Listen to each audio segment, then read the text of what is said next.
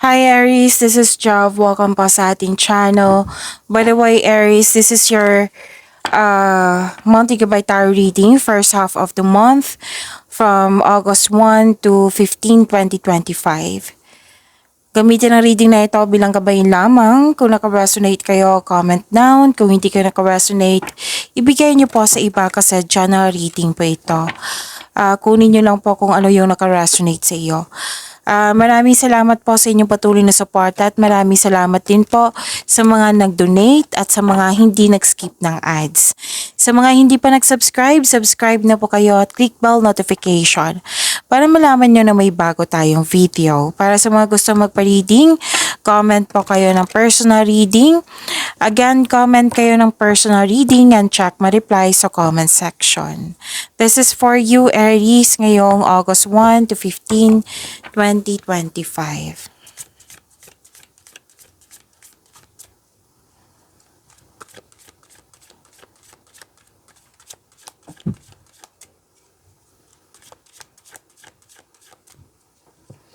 Energy po ni Aries ngayong August 1 to 15, 2025.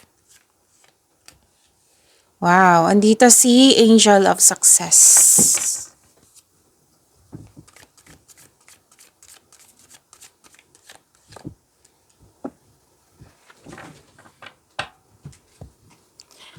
So, please be reminded, lalo na sa mga bago dito, na kung may naulit na mensahe, like for example, nanood kayo sa inyong weekly Gabay Tarot reading, monthly Gabay Tarot reading, at dito rin, at may napansin kayo na repeating message, yan po yung pinupush ng cards na kailangan nyo bigyan ng atensyon, solusyon at aksyon kung maaari po.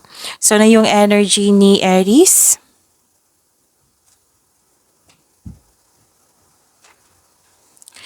Successful completion. Oo, reaping rewards, accomplishment. Yes, may success po. Recognition. Oo, may perfect situation po. Maaring may parating na gantimpala or positibong resulta sa inyong mga ginagawa. Celebrate your wins. Oo, i-acknowledge mo yung how far you've come and you are now ready to begin a new journey. May nakita rin ako dito tapos na ang construction ng dream house mo. So this card tells you na everything you have worked for is coming together.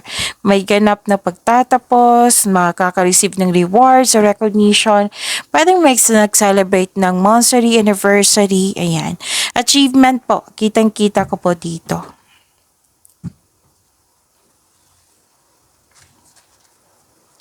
You're building stability, conserving resources. Posibleng may regalo, alok, or pamanang parating. Nakita ko yung hard work mo dito, vinavalue mo ang pera at hindi ka madamot. At the same time, financial stability nakikita ko dito. So you are saving money for the future or may specific goal kayo na gustong bilhin. Kaya conservative kayo sa money at investment nyo. Yes, money kasi nakikita ko dito. Yung pag-iingat, pagtitipid at pag-iingat sa inyong kaperahan.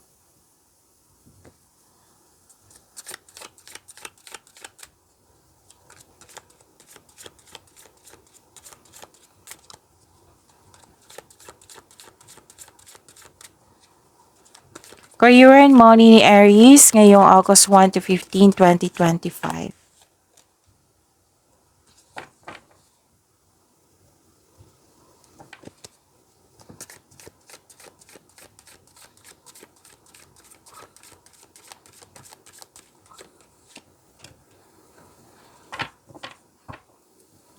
Puro offer to. Aries, sa career and money niyo po.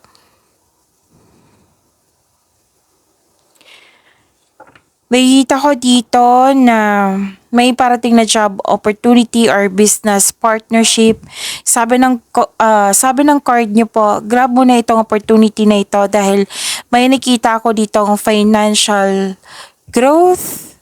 Basta planuhin na mabuti. Okay? Financial growth nakikita ko dito. Basta planuhin na mabuti at sipagan sa araw-araw.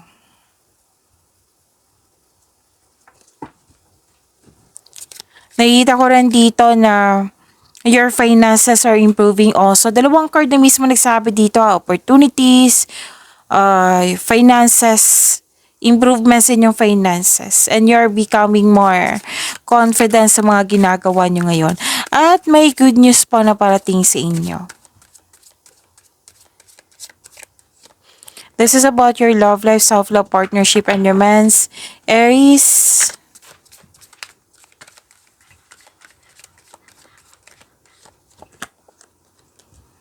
So, nakalimutan ko, andito si Angel of Success. Oo. To attract more blessings, let us say the power affirmation. Oo, kasi andito si Angel of Success. Let us say, I am blessed with health, wealth, and love. Again, I am blessed with health, wealth, and love. So, sa love life, self-love, partnership, and romance,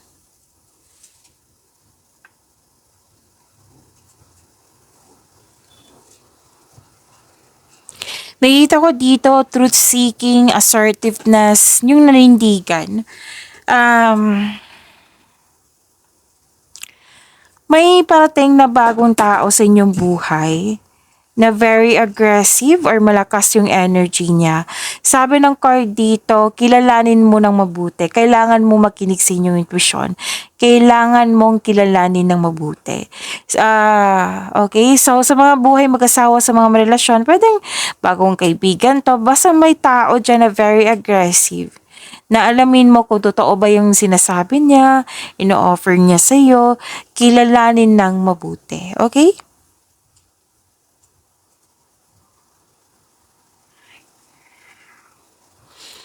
Nakita ko dito na nagkaroon po ng, sa mga single, ang ideal type nyo po, stable, grounded, and trustworthy. Sa mga marelasyon, sa buhay mag-asawa, sabay-sabay kayo nagtayo ng trust and stability. Ayaw nyo ng away. So this card tells you na you need to take things slow if you want the relationship to last.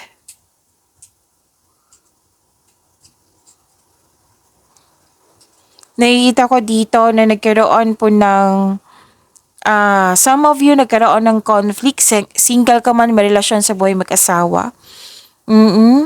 Conflict and argument. No? So, sana'y ma-overcome niyo po ito. So, sabi ng card, kung itong taong ito ay paulit-ulit na lang na nagbibigay ng dahilan, baka kailangan niyo pong magdesisyon. Kailangan ng, kung pwedeng umiwas or put limitation. Kumbaga, anong tawag dito? Protect yourself. Protect your energies. Protect your inner peace. Nakikita ko nandito na sinabi ng card dito na listen to your intuition. Kung meron kang emotional intelligence, this will lead you to the answers you need about your romantic urges. So, sa mga lahat dyan, single ka man, may relasyon sa buhay mag-asawa, ang advice dito na magtiwala kayo sa inyong sarili kesa mag-overthink kayo or mag-overanalyze.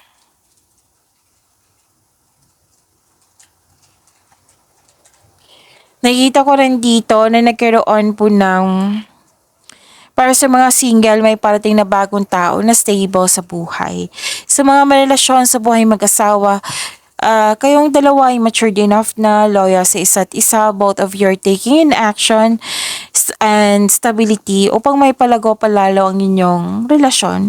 Babala lang po si ego clashing.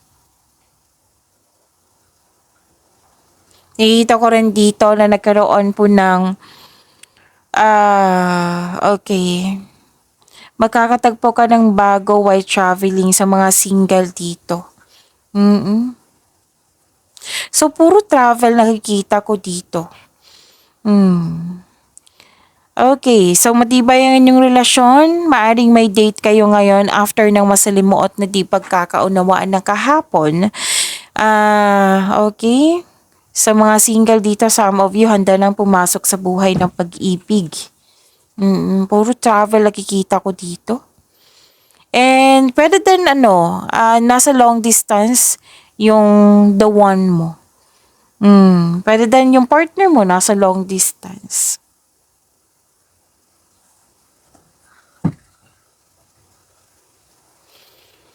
So may concern dito sa mataas ang ego. So sana'y mag-usap kayo. Oo. At magawa kayo ng adjustment para magkasundo kayo. Okay, so pag-imanin niyo po yung blessings binigay sa inyo, Aries. See you tomorrow. Maraming salamat po.